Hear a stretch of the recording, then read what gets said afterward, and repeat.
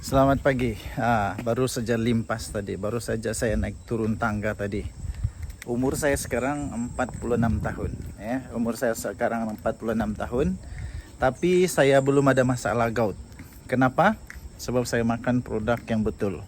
Oke, makan produk yang betul supaya naik tangga begini tidak sakit. Oke. So, bapak saya ada gout. Ini semua lah, kebanyakan saya punya keluarga ini banyak ada yang banyak gout. Jadi saya ada risiko untuk kena gout. Ini tangga lagi. Lepas ini turun tangga lagi. Lepas ini turun tangga lagi. Tapi setiap hari saya, walaupun sudah umur begini, tapi saya tidak ada masalah untuk turun tangga. Ini tangga bukan bukan kaleng-kaleng nih. So saya makan produk yang betul. So saya ingin rekomen kepada Anda obat gout ini yang sangat bagus, sangat berkesan untuk membantu Anda dalam masalah gout. Jadi abang-abang, paci-paci, maci-maci, siapa saja yang ada gout boleh try produk gout ini karena sangat berkesan. Oke. So kalau dia mahal, benda baik mestilah berkualiti, mestilah mahal kan? Mana Anda lebih suka? Habis duit atau sakit? Itu saja, senang cerita.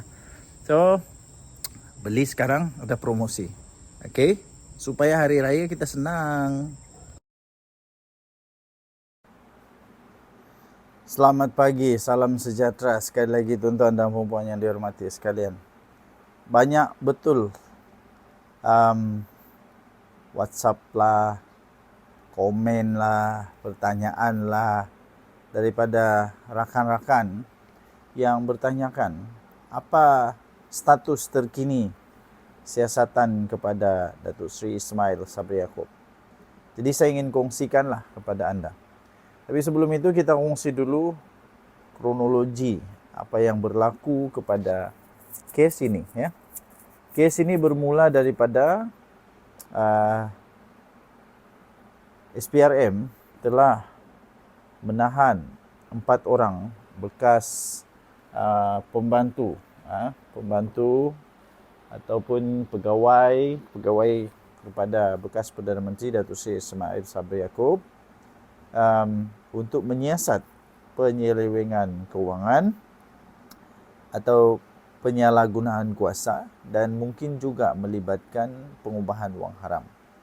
Sebanyak waktu itu belum diketahui dan akhirnya SPRM berjaya menemui sejumlah wang di sebuah apartmen yang disebut sebagai safe house. Dan di tempat itu ditemui mata wang asing ya, mata wang asing bukan mata wang ringgit Malaysia. Mata wang asing bukan mata wang ringgit Malaysia yang ditemui dalam banyak mata wang asing lah.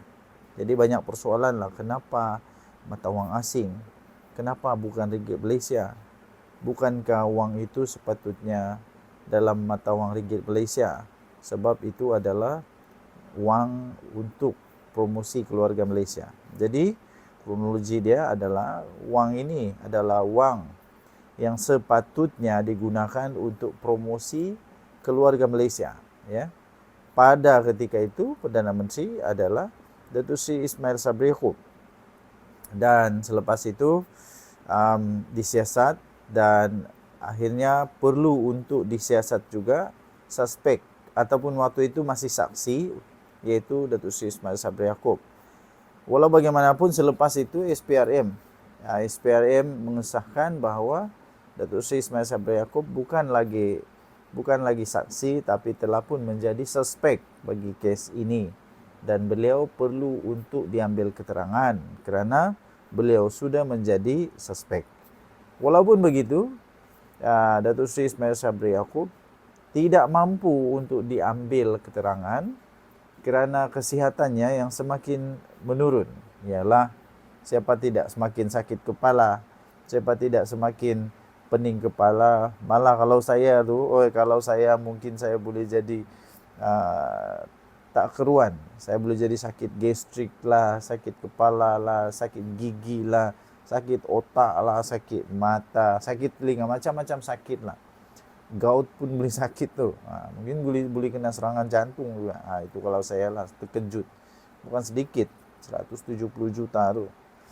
Nah, jadi akhirnya Datuk Seri Ismail Sabri Yaakob masuk dalam hospital. Jadi perkembangan terkini ya tuan-tuan dan puan-puan, ini saya sisipkan bagi anda perkembangan terkini, yaitu SPRM telah menemu ramah atau ya menemu ramah lah doktor kepada Datuk Seri Ismail Sabri Yaakob kerana Datuk Seri Ismail Sabri Yaakob minta MC dan tidak dapat hadir untuk keterangan.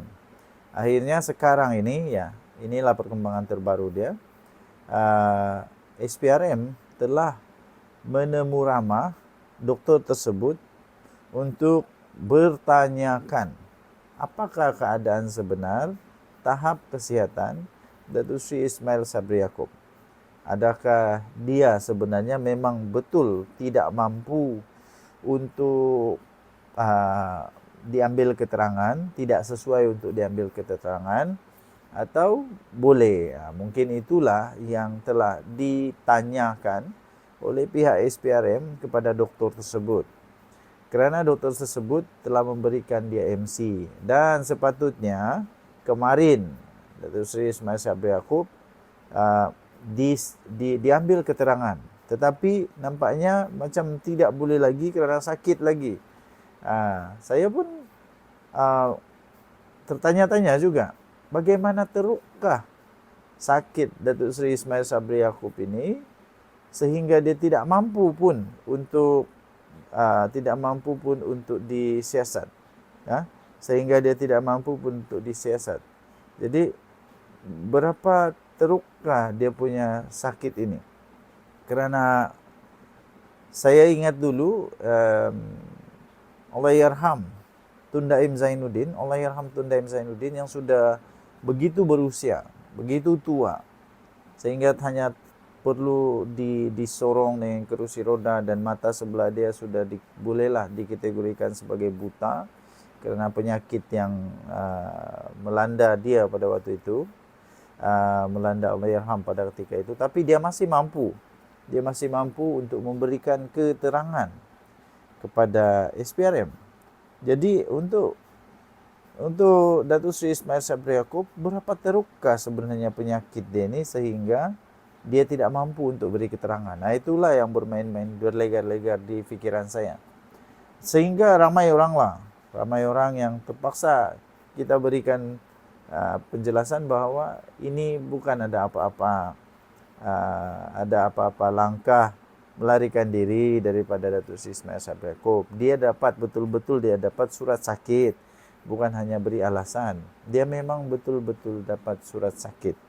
Sebab ada ramai yang fikir mungkin ini taktik daripada Datuk Seri Ismail Sabri Yaakob untuk melambat-lambatkan supaya kalau ada wang lain yang sedang dicuba untuk disembunyikan, masih sempat untuk buat call, masih sempat untuk buat planning macam mana nak sembunyi wang ini, macam mana nak sembunyi wang itu, macam mana untuk hapuskan bukti ini, bukti itu. Tapi itu tidak benar. Itu tidak benar kerana fakta yang benar ialah doktor telah memberikan dia MC. Tidak ada kemampuan, tidak ada kesihatan yang cukup untuk dia berikan keterangan. Jadi tuan-tuan dan puan harus bersabar kerana seseorang yang ingin beri keterangan, dia mesti berada dalam tahap sound mind. Sound mind ini maksudnya otak dia dapat berfikir dengan jelas supaya keterangan dia itu boleh dikira sebagai bukti yang sah. Sebab kalau keadaan dia waktu itu unsound mind, tidak berada dalam keadaan yang stabil, bukti ataupun kenyataan keterangan yang diberikan itu boleh dipertikaikan. Jadi bersabar, biar SPRM buat kerja, biar SPRM buat siasatan yang telus dahulu.